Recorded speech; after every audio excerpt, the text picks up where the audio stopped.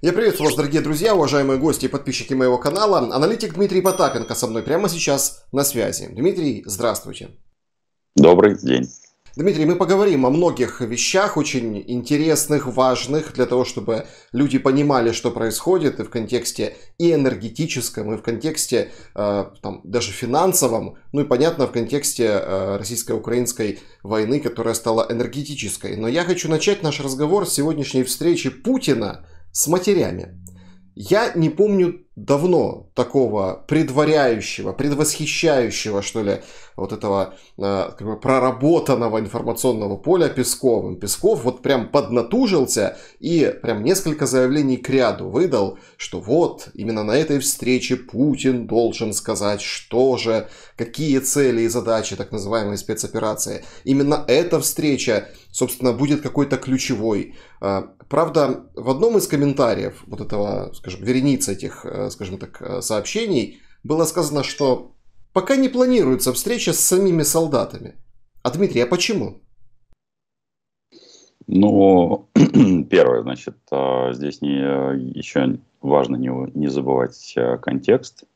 Значит, первое, значит, Владимир Путин подписал законопроект о выплате многодетным семьям, поэтому здесь, если это брать, вот, соответственно, ретроспективно, понятно, почему они встречались. Потому что он, соответственно, своим указом передал им часть денег. Второе, 1 декабря любое обсуждение СВО попадает под закон, который выпустила Федеральная служба безопасности вообще в целом. Тренинги, там, экипировка, иже с ним. Ну, то бишь, в общем, в принципе, СВО как-то об СВО все, либо ничего, как говорится. Как говорится, только хорошее, либо ничего. Поэтому почему не происходит встреча с условными солдатами? Да и с солдатами она может легко пройти, потому что, в общем, встречи, когда они происходят с одними и теми же лицами, они у нас отработаны. Поэтому я бы, как говорится, здесь особо не думал, что если будет встреча с солдатами, то будет какой-нибудь сюрприз. Она пройдет в рамках рапортов, красивых картинок, благодарностей от, соответственно, восторженного народа. Благо, да, не очень сложно посмотреть, как происходит даже встреча, например, с солдатами Ким Чен Ира. И эти солдаты там готовы, что называется, когда отплывает баркас, даже утонуть. Поэтому я могу сказать, что подобного рода телевизионные картинки должны быть восприниматься достаточно, как обычно, лубочно. Их функция такая лубочные новости. Ну, еще один контекст – это День матери, который отмечается в Российской Федерации, что, мол, к этому все приурочено. Но по поводу 1 декабря, это получается и слово против, и поперек нельзя сказать будет. Но вообще в целом, потому что, как обычно, наши законопроекты, они настолько имеют вольную трактовку, что там нет того, что-то, все же определяется, как в судебном разбирательстве, все определяется экспертом. Эксперт это такое лицо, зачастую там находящееся в весьма интересной области, не связанной там даже с филологией, там, с лингвистикой или со всем остальным. Он может вынести любое абсолютно суждение, что вот это слово или вот это словосочетание было как раз негативное или позитивное.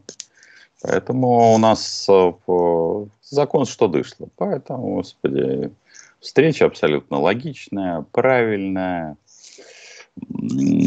Все в рамках, как это, всем сестрям по серьгам. Но я бы на них особо не обращал внимания, потому что ни на что они фундаментальны. Ни в информационной повестке, ни в какой-то иной. Два слова о матерях российских. Почему это так и не стало никакой, никакой силой или каким-то фактором, который там на что-то влияет, по крайней мере, хотя бы, понятно, не в военном смысле, но хотя бы в общественном? Но матери это все уже ушло. Матерей там солдатских и комитет солдатских матерей, который был силен при Первой и Второй Чеченской войны, войне очень сильно затабанили и, в общем, рассчитывать на то, что им сейчас дадут слово, имя или еще что-то, ну, это иллюзорность. Поэтому нет, уже этот этап власть уже отработала, она прекрасно знает, что как раз там комитет солдатских матерей и же с ним это реальная сила. И вообще все гражданские, в общем, организации давно утоплены. Дмитрий, что касается событий, которые сейчас происходят, начать, пока, грубо говоря, пока можно, да, вам обсуждать спецоперацию так называемую. Бен Уоллес, министр обороны Британии, призывает Украину идти вперед. Ну, понятно, позиция и Британии достаточно такая ястребиная всегда была. Но сейчас, говорит Бен Уоллес, именно тот момент, когда нужно наращивать усилия и вот двигаться вперед, как бы торопя вооруженные силы Украины. Мы не слышали, кстати, подобных призывов вот в течение, наверное, там, ну, нескольких недель, когда вот эта вся была канитель и терки о том, что нужно договариваться, дипломатия поможет что-то решить. Это едва ли не первое заявление вот такого плана, поэтому я на нем и акцентирую. Что думаете, насколько этот тренд может снова измениться? Ну, я бы сказал бы это Бену Уоллесу и им подобным. Ребят, куда идти-то? Вы что-нибудь для приняли? Ну, потому что мы многократно вот бегаем по одному и тому же кругу. Мы понимаем, что в этом конфликте есть фундамент. И этот фундамент звучит следующим образом. Россия самостоятельна в производстве вооружения и последующего, соответственно, поставки его на фронт. Украина вынуждена выпрашивать, в том числе и у Британии, это вооружение. И поэтому все эти призывы, ребята, как говорится, было бы недурно, чтобы вы эти призывы же сами же и обеспечивали. Поэтому в данном случае... Сразу же, собственно, как бы в этом материале, там Daily Best, по-моему, называется издание, где это прозвучало, 300 тысяч арктического оборудования уже передано от международных, скажем так, компаний, организаций. Непонятно, что за оборудование, потому что оно вот так как-то перевелось, но 300 тысяч. Это означает, что все-таки что-то предпринимают партнеры для того, чтобы погнать ВСУ вперед. Вот прям этой зимой, и чтоб на зиму ничего не остановилось. Хорошая новость? Я думаю, что никакая, потому что когда вот это очень расплывчатые категории, мы с вами вот уже, ну, 9-й месяц уже идет, уже скоро 10-й пойдет. Мы уже, по-моему, уже самый последний ребенок понимает, что есть несколько вещей, которые на что-то влияют, а все остальные вещи не влияют. Это система, первая, противовоздушной обороны, которая закрывает небо, хотя бы частично. Потому что господин Шольц в очередной раз сказал, что небо закрывать не будет, потому что это прямой военный конфликт. А мы тоже об этом вот бегаем по кругу. А второе – это поставка хаймарсов, которая, в общем, не происходит. Потому что, исходя из фантазий, которые, в том числе и я помню, мне там их выносили в голову, я просто сейчас уже перестал, как говорится, обсуждать будущие поставки, что на это время у нас должно было быть где-то порядка 70 хаймарсов, а их там, по-моему, в лучшем случае там в районе 20-ника. Вот. И, конечно, поставка дронов. Ни того, ни другого, ни третьего, собственно говоря, на сегодняшний день не существует. Именно поэтому Киев сидит в темноте, и Киеву и другим городам придется пережить очень тяжелую зиму, ну, с весьма-весьма непростыми последствиями, потому что пока еще, в общем, народ держится, но, подчеркиваю, это только еще начало. Потому что ведь ключевое, то, на чем держится народ, скажем так, это тоже в общем, на морально-волевых качествах, что мы победим, что будут какие-то победы. А если на это наложатся, например, какие-то проигрыши, что возможно, ну, потому что это военная кампания, это не детская стрелялка, в которой ты обязательно идешь только вперед, то это уже может спровоцировать и волнение. Собственно говоря, на это расчет и есть. Создать невыносимые условия, соответственно, существования граждан, а потом даже какие-то там простые, очень примитивные там победы там каких-нибудь пару-тройку сел или каких-нибудь городов заняты, могут спровоцировать, соответственно, человеческое, там, людское волнение. Вот и все. А зима длинная. Она до, как минимум, я так понимаю, будет до марта месяца. Соответственно, нам сейчас ноябрь, декабрь, январь, февраль, март. 5 месяцев. Вот в этом всем напряжении придется прожить. Как минимум. А мы не преувеличиваем вообще отношение общества к тем или иным потерям, приобретениям? Вот опросы показали, что россиянам по большому счету все равно было на Херсон, вот откровенно фиолетово. И там оттуда вышли, не вышли. Хотя вот эксперты в там, эфирах и в интервью, похожих на наши, говорили, что едва ли там это не крах режима Путина. Но ничего, видите, как Херсона ушли, ничего не произошло. Саш, ну тем-то и хорошо, наверное, если перемотать наше с тобой интервью. Я сразу сказал, что Херсон уйдет, и проблем абсолютно не будет. Я даже страшно скажу. Крым уйдет, ничего не будет. Вообще будет вот такой ровно. Причина очень простая. Не каплет. Но она не каплет. Для всех это вот такая фоновая история. Знаете, как заноза. Вот она попадает, а потом обрастает, как это там, соединительной ткани. Поэтому на сегодняшний день я могу сказать, что у всех холодильники полны, работа, кто-то потерял, у кого-то она там есть, у кого-то она там чуть хуже, чуть лучше, какие-то товары исчезли. Но по большому счету, с самого боестолкновения, в чем мерзотность вообще войны как таковой, как события, я имею в виду? В том, что вот здесь, вот тут, вот в этом, вот прямо вот в этой точке гибнут люди, и здесь мясорубка, буквально там в километре отсюда может стоять кофемашина, в которой вы будете пить кофе. Поскольку люди, которые никогда не были на военных действиях, вот они думают, у них происходит такая травма, что как же вы можете, вот там, вот где-то. Я всегда напоминаю, что, к сожалению, человечество, оно вообще с точки зрения эмпатии, сейчас умирают и дохнут постоянно дети Африки. Мы же не сопереживаем детям Африки. Почему? Потому что у нас есть конкретный конфликт. Поэтому это иллюзорность, что там, когда у тебя какая-то боль, что она перенесется на весь мир. Открой великую тайну. Мир вообще абсолютно похрену на твое собственное существование. Жив ты, мертв. Вот вся вселенная, это в эту секунду не перевернется. Есть очень маленький, небольшой мирок твоих родных, близких, которым важно твое существование. Но по большому счету, что ты дорогой муравей или дорогая бактерия, не сильно о себе много думай.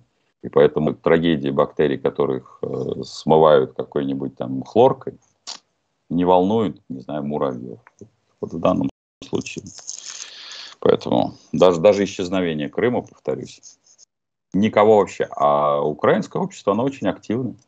Именно как раз на это и расчет, что украинское общество посидит в подвалах, если не произойдет такое развитие событий, а мы как стратегии, аналитики обязаны рассчитывать любое. Там произойдет потеря нескольких там условных городов или, соответственно, сел в результате того, что не поставлено вооружение, не поставлена система защиты или еще что-то.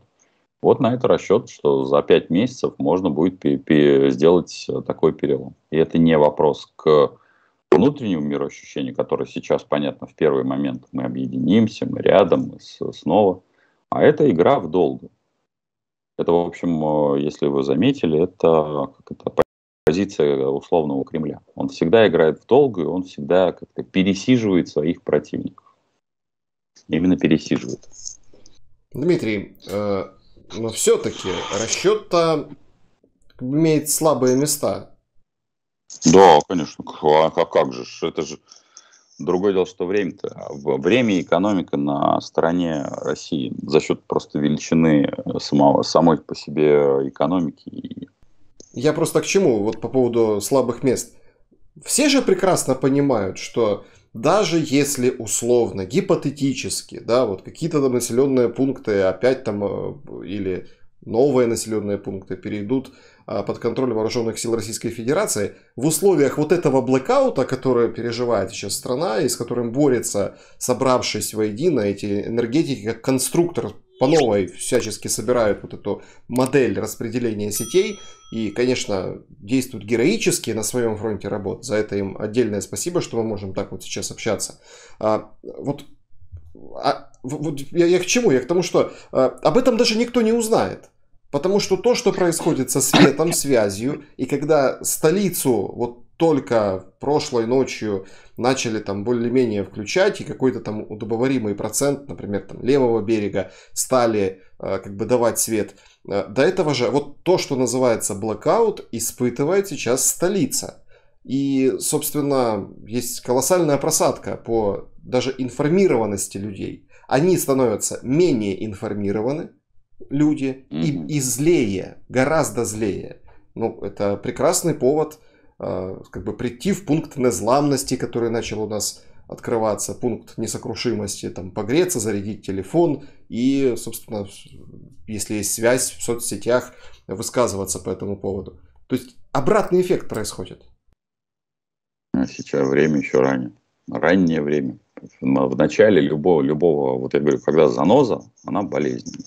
А потом, когда к ней привыкаешь, ты понимаешь, что она вот опять заноза, опять нету света. Я же говорю, это про долгую. Поэтому здесь и нужно смотреть в длинную. Собственно говоря, все подобного рода расчеты, они на длинную, на усталость, на рутинизацию. Когда уже, как говорится, машет рукой, говорит, да ладно, все, заколебали. Все. Давайте уже принимать какие-то решения. Поэтому, а когда у тебя с одной стороны, мы только что обсудили, что с одной стороны у тебя ни капли, а ты, в общем, достаточно ограниченными средствами можешь сделать большой геморрой на сопредельной территории, вот, в общем, в этом контексте все и развивается. Давайте о сценариях, потому что можно эмоций можно много высказывать по этому поводу. А вот есть там 3 сценария, по крайней мере, распространяют в разных пабликах в Украине. Сценарий первый. Россия бьет по тем объектам, которые...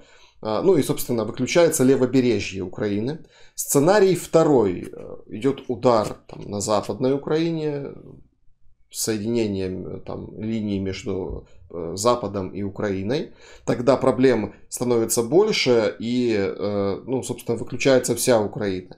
Ну и третий, самый плохой сценарий, это когда вот эти там, трансформаторные мощности перебиваются, уничтожаются, то есть бьют и по левобережью, и по там, Западной Украине, и тогда света 7-10 дней не будет во всей стране. Собственно, такие сценарии вот, расписали, ну, условно, энергетические. Что касается военных сценариев, военные дают сроком там, 7-10 дней для условной перезарядки. То есть подобное будет повторяться через 7-10 дней. Как это можно откомментировать? Что думаете по поводу всего этого вы? Ну, в целом, все сценарии, о которых вы сказали, они логичны. Но поскольку, как это, опять-таки, те, кто эти сценарии просчитывали, они тоже понимают, как это, играют за обе стороны, ну, висят над шахматами, как бы я назвал. И понятно, что будет сжигаться вообще вся инфраструктура, и она не будет останавливаться вообще, поскольку человек такое существо, пока его не лишат основных, как это, имущественных комплексов, и самое главное, он не понимает, а что же было главным. Пока ты живешь в доме, ты не понимаешь, что есть 3 вещи, отключение которых не стены главное. 3 вещи инженерные коммуникации. Ну, поскольку я инженер по своему образованию, это канализация, можно отключить электричество. Но если у вас работает канализация, у вас все норм. Но отключение канализации, вы выбежите из дома ровно через сутки. Потому что главное, чтобы дерьмо, извините, вывозилось. Это вода, потому что можно без электричества достаточно долго протянуть. Но, грубо говоря, пить, готовить, помыться и все остальное, это крайне важно. И уже третье – это электричество. Поэтому сейчас идет удар по первой базе, по электричеству. И совершенно очевидно, вот те сценарии, которых вы проговорили, это сценарии, которые прописаны энергетиками. поскольку в Российской Федерации, ну, тоже как-то не по полной, не по пояс деревянный, то в том числе они будут бить по очистным сооружениям, не только по энергетике, по очистным. Потому что если, как говорится, города, в том числе Киев, будет затоплены дерьмом, то как это без электричества прожить можно и достаточно легко оно устранимо, ну, потому что там есть альтернативы, там есть резервы. То, например, крупные города, затопленные дерьмом, они не приспособлены к жизни. Потому что возникает тут же, ну, у нашего дерьма, извините за грубость, помимо запаха, который как раз потерпеть возможно, есть очень серьезная проблема. Это биология. Оно начинает не просто гнить, а выдавать, мы выбрасываем из себя огромное количество бактерий, которые являются болезнетворными. И поэтому возникают различные заболевания. Поэтому помимо, соответственно, удара по инфраструктуре, я считаю, что, ну, по энергетической инфраструктуре следует ожидать удары по вот таким видам жизнеобеспечения. Канализация, то бишь выгребные все истории, и водоснабжение. То есть вот я сейчас предваряю вот эти комментарии, которые посыпятся в ответ на эти ваши слова. То есть, извините, берется ракета Х-101 или какой-нибудь калибр, ну, или вот это вот из нового, то, что Медведев показывал на заводе, когда гулял, и направляется, ну, в какой-то там коллекторный узел. Да, абсолютно верно, коллекторный узел. Ну, вот просто немногие об этом задумываются, что вот все, да, неважно какое, российское, там, украинское, китайское, любой крупный мегаполис, к которому относится Киев в том числе, у него есть всегда фекальные поля. Ну, то бишь, собирается вот все по трубам и куда-то вывозится. Либо сбрасывается в какие-то там, каналы водоснабжения. Ну, там жители периодически там, протестуют, потому что, в общем, это неправильно, ну и все остальное. Но да, поскольку вот на этих всех фекальных полях там стоят насосы, они обычно, конечно, работают от электричества, но там всегда есть резерв. Они запитываются как раз, поскольку все это понимают. Ну, опять-таки, любой инженер вам скажет, что там есть одна ветка электроснабжения, вторая ветка снабжения. Вот эти насосы, которые все говнище откачивают, да, отправляется ракета, она разбивается, соответственно, она не направляется не в энергетическую инфраструктуру этого, соответственно, узла, а именно как раз там, где стоят насосы. Если насосы встают колом, то начинается веерное отключение, соответственно, канализационных сетей. И вот это прямо очень эффективный способ давления. Так что так. Ну, просто давайте будем откровенны. Восстановить вот такое повреждение — это вот одна деньга, а ракета стоит совсем дороже. Это, ну, в данном случае, как это, здесь можно сделать врезку, вставку из Дона Корлеоне, когда дело идет о делах семьи, речь о деньгах неуместна. Да ну, поэтому Путин денег не считает. У него их как грязи. У него как грязи.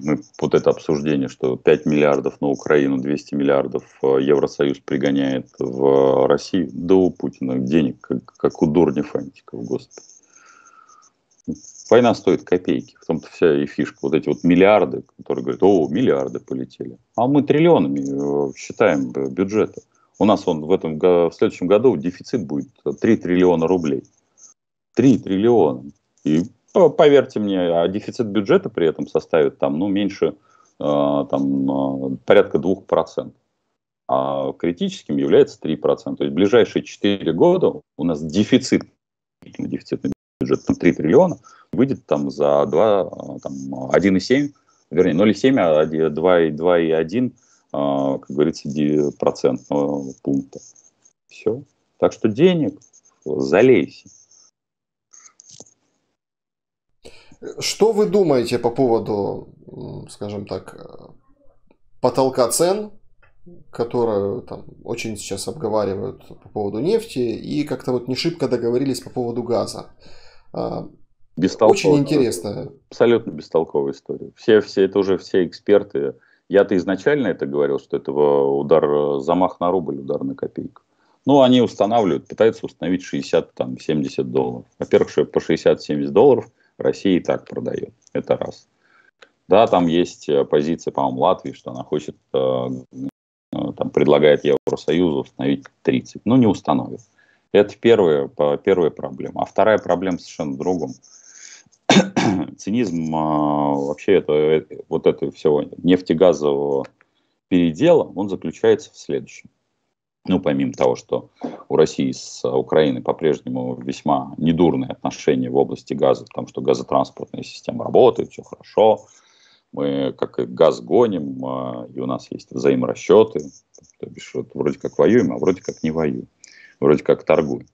А самое еще второй цинизм совершенно в другом, что Китай, Турция и Индия, три крупнейших державы, по сути дела, приходят к императору Владимиру, говорит: Володь, слушай, вот там тебе есть нехорошие люди, редиски, там из ЕС, назвали тебя земляным червяком, и что-то там по поводу газа, нефти не очень хотят с тобой работать. Ты нам-то давай, скидос нам кинь, там 34%, а мы, соответственно, все это якобы у себя переработаем и ЕСникам впарим, собственно говоря, этот же нефть и газ, только уже как наш. И ЕС тоже такое, блымая глазами, такая пым-пым-пым.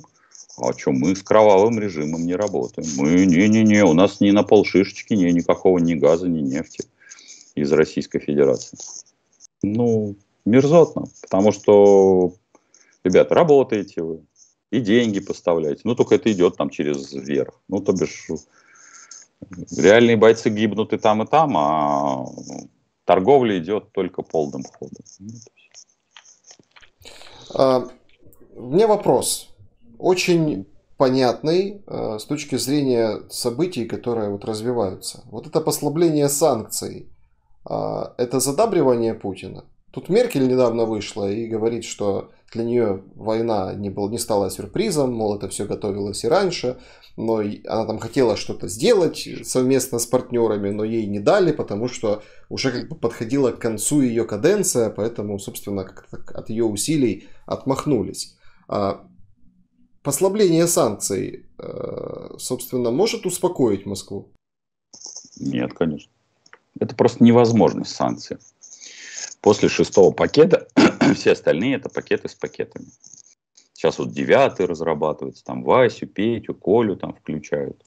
Невозможность. Вот мы крутимся вокруг этого. Вот есть штука такая под названием, вот если вы технологически сажали Евросоюз, почти там 6 десятков лет, еще с Союза, еще не было никакого Путина.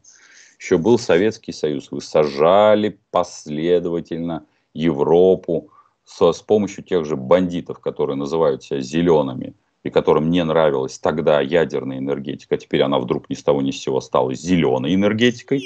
Вы посадили на российский, тогда еще советский трубопроводный газ, а теперь, когда возник конфликт и оказалось, что вас держат за яйца газовой трубой, вы говорите: не-не-не, мы это белые и пушистые. Да нет возможности. К сожалению, как в том фильме «Место встречи изменить нельзя», нет у вас методов против Коли Сапрыкина. К сожалению, вернее, Кости Сапрыкина. Вот, к сожалению, мы это тоже обсуждаем с первого дня. Только, еще раз говорю, только военное противостояние можно остановить военным противостоянием. Рассчитывать на то, что там, это вот как из разряда, вы знаете, мое достаточно неприятие, когда давайте там с флажками пройдемся, концерты организуем, стишки почитаем. Ребята, бегом на военные заводы и обсуждать там объем военных заказов. Все остальное, собрали вещи, и вот если вы занимаетесь подобного рода имитацией бурной деятельности, то вы не национально ориентированы. Потому что тоже тут не надо скрывать. Была бы не Украина, была бы Молдова. Или была бы какая-нибудь Прибалтика. Там везде, во-первых, есть нацисты, во-вторых, ущемляют права русскоязычных. А мозгов раз нету, тогда-то танки в Лиссабоне. Дмитрий, что касается Беларуси, ряд резких заявлений, собственно, прозвучал от Лукашенко, и что Украина должна остановиться, и, собственно, будет уничтожение, это воспринялось как угроза. прямая, ну и вот эти все танцы вокруг украинско-белорусской границы, мол, что-то происходит. Разведка наша говорит о том, что белорусы там собрали какую-то группировку. Входит Арестович, говорит, да нет, все не так, никто там не собирается нападать. В общем, непонятное оживление на севере и вербальное, ну и невербальное. Как вы оцениваете вероятность вторжения с Беларуси и к чему тогда вот эти посылы от Лукашенко? Ну, вообще, если мы все-таки рассмотрим достаточно жестко, то с территории Беларуси были прилеты, когда была первая атака на Киев. Она была оттуда. Ну, мы с вами даже обсуждали, что, в общем, чем хороша Беларусь, что, в общем, можно уничтожать Киев, даже не залетая в воздушное пространство Украины. Потому что настолько близко. Подняли самолеты, ракетку пустили, и она на самом деле, в общем, самолеты даже не залетают на территорию Украины. Это первое. То же самое практически касаемо там артобстрелов. Вот. Но большая часть это как раз запуск самолетов. Вот, чисто по дальности. Поэтому шансов на то, что Беларусь может быть использована в качестве плацдарма там, для атаки на Киев, она есть, но я бы сказал, что не особо значительная. Потому что, несмотря на то, что Александр Григорьевич Лукашенко, в общем-то, погряз в России очень давно, задолго до 24 числа. Это я там, во многих своих обзорах говорил, что значит, Беларусь принадлежит, а то бишь за счет кредитов, которые выдавались и только исключительно Российской Федерации, Беларусь раза 2-3 принадлежит Российской Федерации. Она сидит на подсосе как раз на российских кредитов. Ну, в общем, по сути дела, как Украина там, на европейских и там, американских в свое время сидела. Поэтому здесь, но батька при всей этой зависимости имеет возможность достаточно активно, он отстаивает свою независимость. Потому что он прекрасно понимает, что как только он ввяжется уже в полномасштабную войну, он просто станет губернатором Белорусской области. А этого он не хочет. Он не хочет так уходить. Он прекрасно понимает, напомню, что батька существенно моложе Владимира Путина по возрасту. Дмитрий, провокации на белорусской атомной электростанции, объекты инфраструктуры. Ну вот какая-то глупость. Ведь действительно, а кто поверит, что на территории Беларуси что-то взорвали украинцы? Ну, это же задачи-то нет в том, чтобы поверить.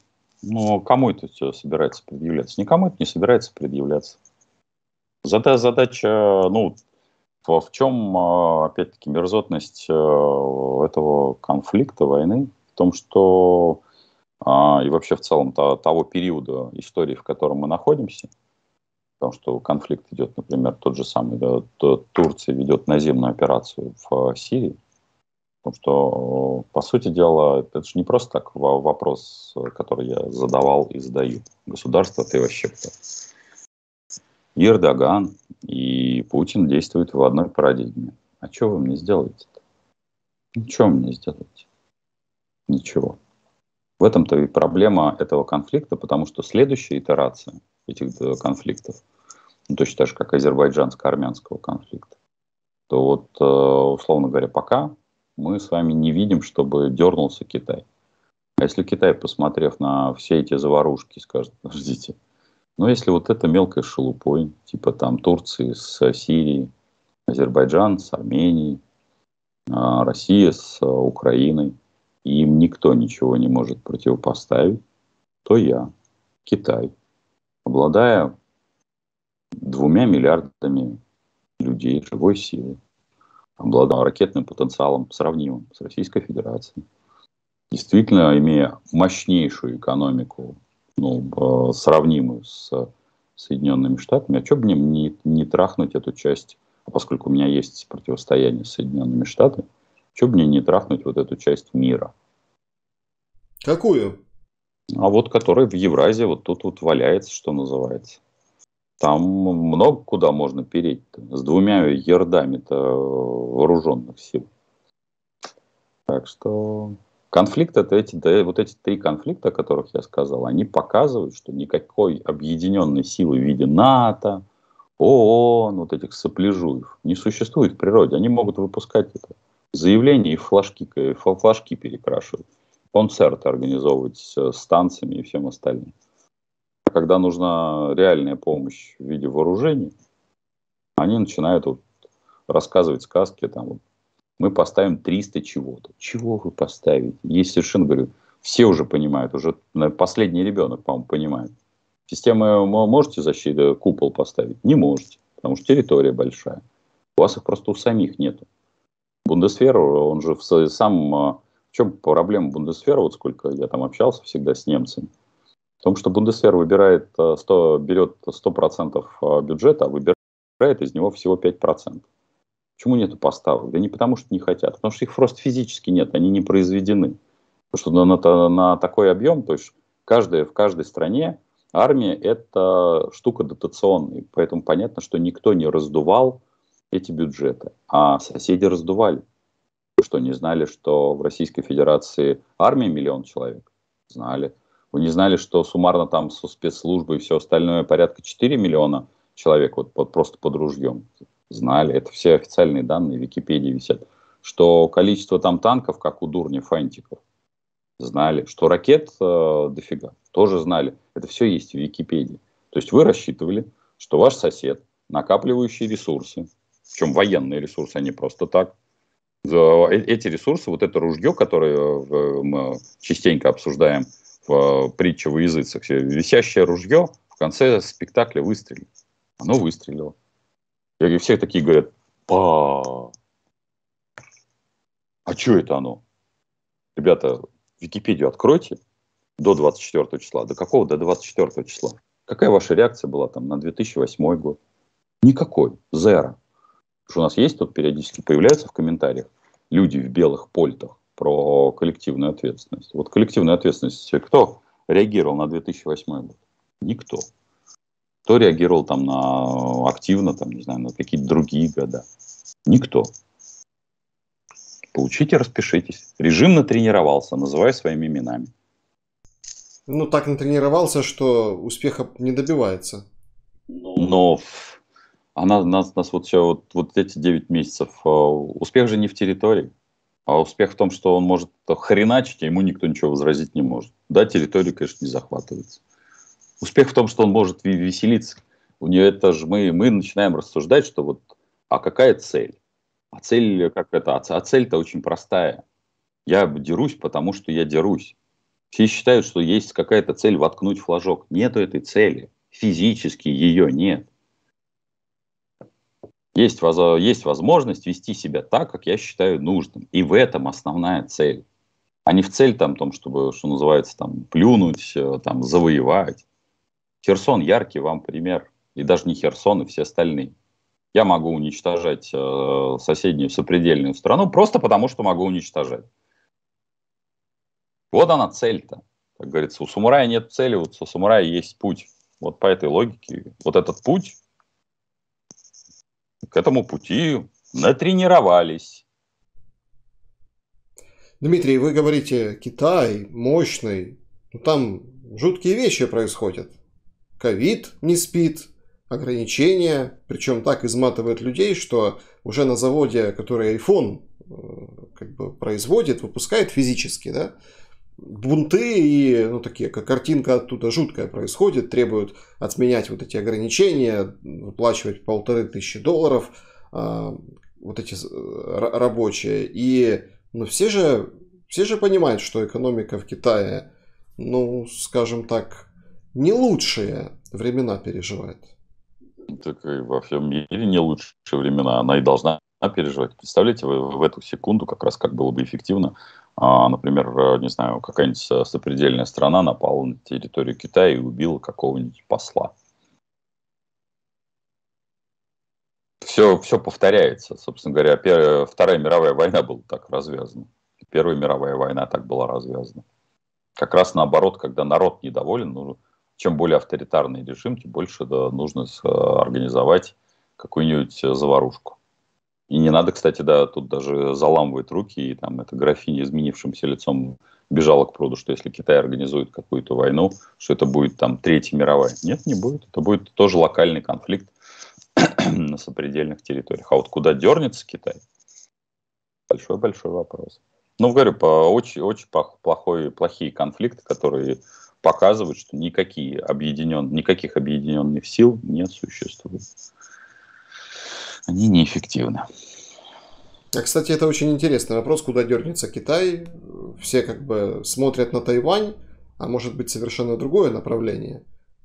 Ну, если бы там опять-таки поиграем на плохую сторону, ну, на Россию как-то, та часть России, которая прилежит к Китаю, условно говоря, отрезать будет не очень сложно. Другое дело, что достаточно бессмысленно, там можно раствориться. Ну, то есть туда нужно не столько вооружение, сколько огромные людские силы. И вопрос, а что ты там получишь? Ну, это вот из разряда какое целеполагание. То есть если там заселение, то еще какой-то... Но там Сибирь, там холодно, там ресурсов не так много. Тайвань имеет смысл занять быстро и безболезненно, потому что там технологические, соответственно, гиганты. Имеет смысл подмять под себя, там, условно говоря, там какие-нибудь нефтедобывающие страны ближние, но которые имеются в виду близко, потому что переброска войск это тоже, в общем, достаточно сложная логистическая операция. Поэтому как-то у Китая есть куда повеселиться. Друзья, пожалуйста, подпишитесь на мой канал, поставьте лайк этому видео, напишите, что вы думаете о нашем разговоре с Дмитрием. Очень интересно ваше мнение. Лайкайте комментарии друг друга, потому что, ну и комментируйте то, что вы пишете, потому что вот такие ветки с общениями, они очень ценны и полезны для того, чтобы, ну, каким-то образом как бы реагировать, да, на все происходящее и формировать вот контент для вас. И я знаю, что и Дмитрий на своем канале, он будет отмечен как пользователь YouTube, читает комментарии и, конечно же, реагирует на них. Ну и я, понятное дело, стараюсь по мере возможности, да, потому что сложная сейчас ситуация, но все равно с электричеством сложно, все равно стараюсь пробежать по комментариям и тоже сделать определенные выводы о вас, дорогая аудитория, прибавляйтесь и, собственно, вступайте в дискуссии друг с другом, это очень интересно наблюдать. Дмитрий, я бы вот хотел завершить нашу беседу, ну, таким большим вопросом, таким вот глобальным. А вот, смотрите, вы так пробросили и даже повторили про Крым. Ну, мол, всем все равно, даже на Крым. Но вот здесь как бы таится определенное недоверие к вашим словам. Потому что ведь Крым это же символ незыблемости вот того Путина, завоевателя, собирателя земель русских. Распадется же все, собственно, после Крыма. Ничего не распадется. Даже если пофантазировать, опять-таки пофантазировать, не просто ничего не распадется, а наоборот будет символ того, что нам нужно объединиться вокруг великого вождя.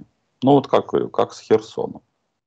Как я изначально говорил, что тоже я же не только у вас на канале мне вставали, ну вот Херсон, вот тогда это переломит хребет, и вот это вот театральное заламывание, вот сейчас Путин как увидит потерю Херсона и побежит в стрингах по Полкрасной площади.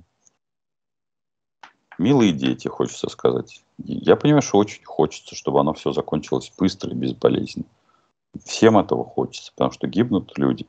Ну, либо вы перестаете жить в комиксах Марвел, когда все заключается там, как одна подпись и все решается.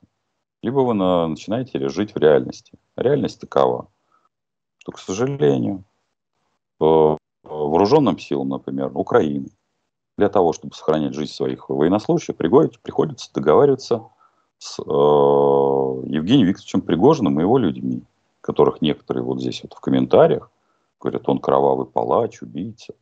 Не забывайте, что сегодня и сейчас с ним договариваются сотрудники ВСУ. И будут договариваться, потому что у него есть конкретно пленные. Второе, Евгений Викторович Пригожин может стать совершенно спокойно не только министром обороны, но и, например, премьер-министром России. И с ним придется подписывать, в том числе, возможно, мирный договор. Ну, вот мир таков, он, знаете, не про победу так называемого добра над так называемым злом. То же самое касаемо Крыма.